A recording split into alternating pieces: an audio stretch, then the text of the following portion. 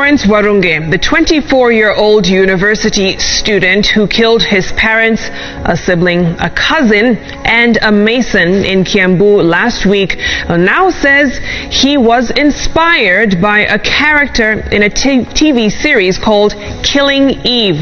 Now, the self-confessed murder suspect, Lawrence Warunge, has further told detectives that he had been reading two novels titled Perfect Murders and Murder in the Eve on how to execute the murders.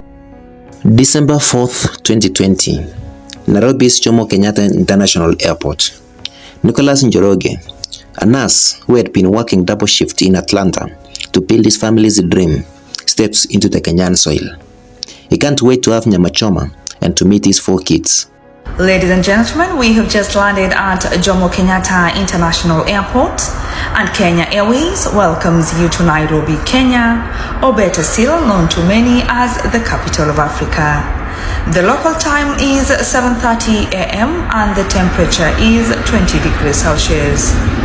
To all the passengers who are visiting, we hope you enjoy the beautiful, magical Kenya. And to all the Kenyans and residents, we say Karibu Nyumbani. Welcome. For his wife Anne, a community health hero who had delivered half the babies in Kiambu, it is the reunion she had pinned on her calendar for months. Gifts spilling from suitcases, laughter echoing through their palatial home, Christmas lights twinkling like fireflies. But one person isn't celebrating. Standing in the shadows of that happy chaos is 21-year-old Lawrence Warunge, the golden boy, the IT student, the quiet son. And as he watches his father embrace his siblings, blood boils in his veins. Because while Nicholas packed suitcases full of American toys, Lawrence was packing a plan to erase his entire family. To understand the aura, you need to see what was shattered. The Warunge family wasn't just successful, they were admired. Nicholas, breaking his body in American hospitals to fund the fortress of a home in upscale Kiambu. Anne, walking miles to a clinic in Kishake slang, delivering babies for mothers who couldn't afford hospitals. Their children were doing well, especially in school. Their firstborn son, Lawrence, the heir to their throne, polite and loved to read books, he had volunteered teaching IT in Nairobi's Mathare slum. On the surface, is a model Kenyan son. But beneath Mount Kenya University's calm facade was a broken boy.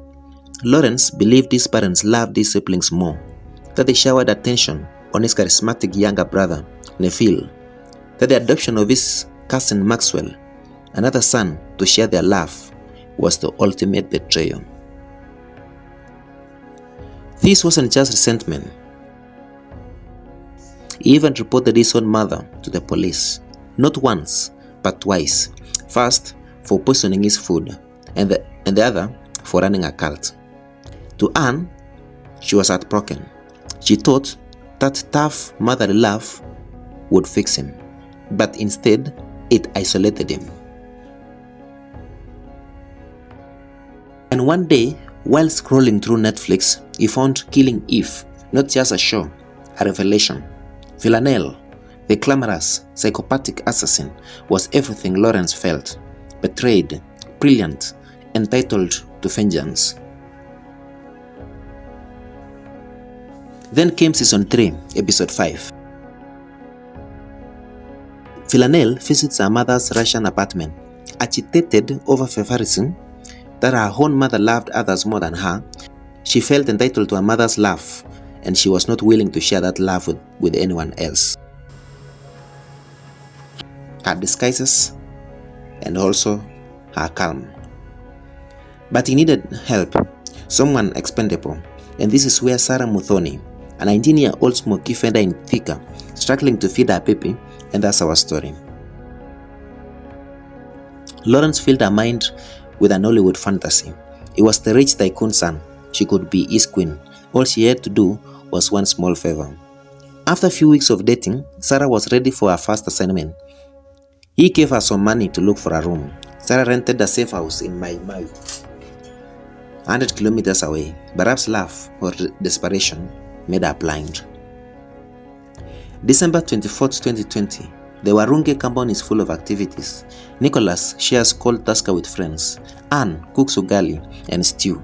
Kids are screaming over new phones. Lawrence is smiling, recording the last memories of his family alive and still deciding on a day to commit his evil plans. He picks on January 5th, 2021, a perfect day. Schools were reopening. Chaos, a perfect camouflage. On the D-Day, early morning, Nicholas drives his sister to Karura. Anne takes another child to Kirinyaga. Lawrence hugs them goodbye. He acts normal, then leaves his compound to go and meet Sarah. He found Sarah in her usual working place. She handed her a shopping list.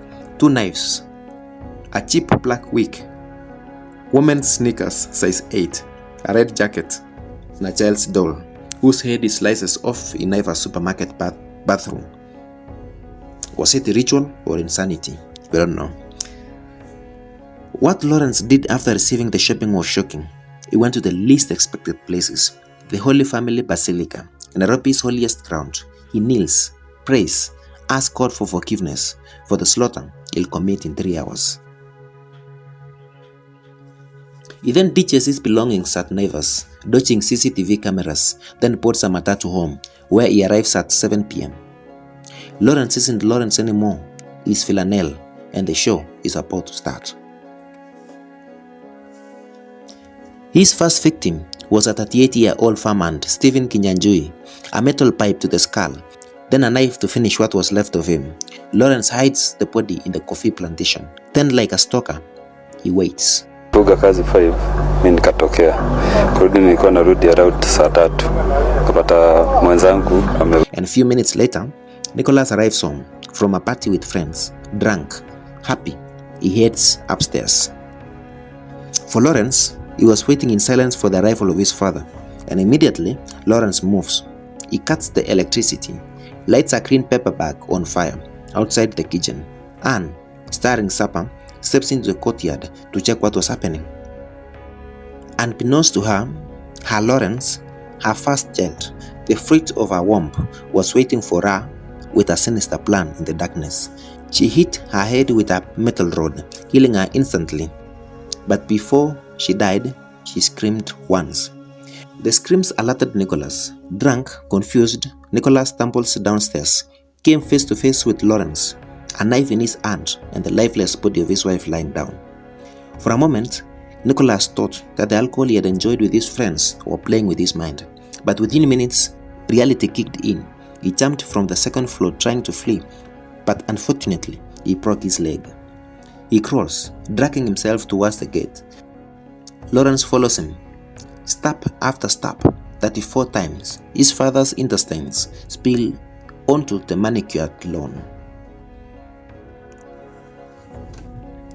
Lawrence isn't done. He finds 13-year-old Christian, his baby brother, hiding under a bed. A single deep slash across the throat. Silence. Then, like a serial killer, he showers. Wash his family's blood down the drain.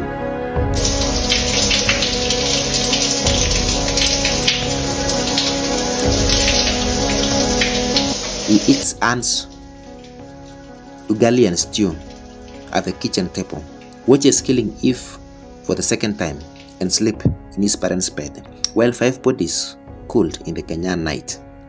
Lawrence was caught within 48 hours. Sarah confessed. At the trial, he showed no remorse. He justified his action. He said that his parents had killed his spirit before.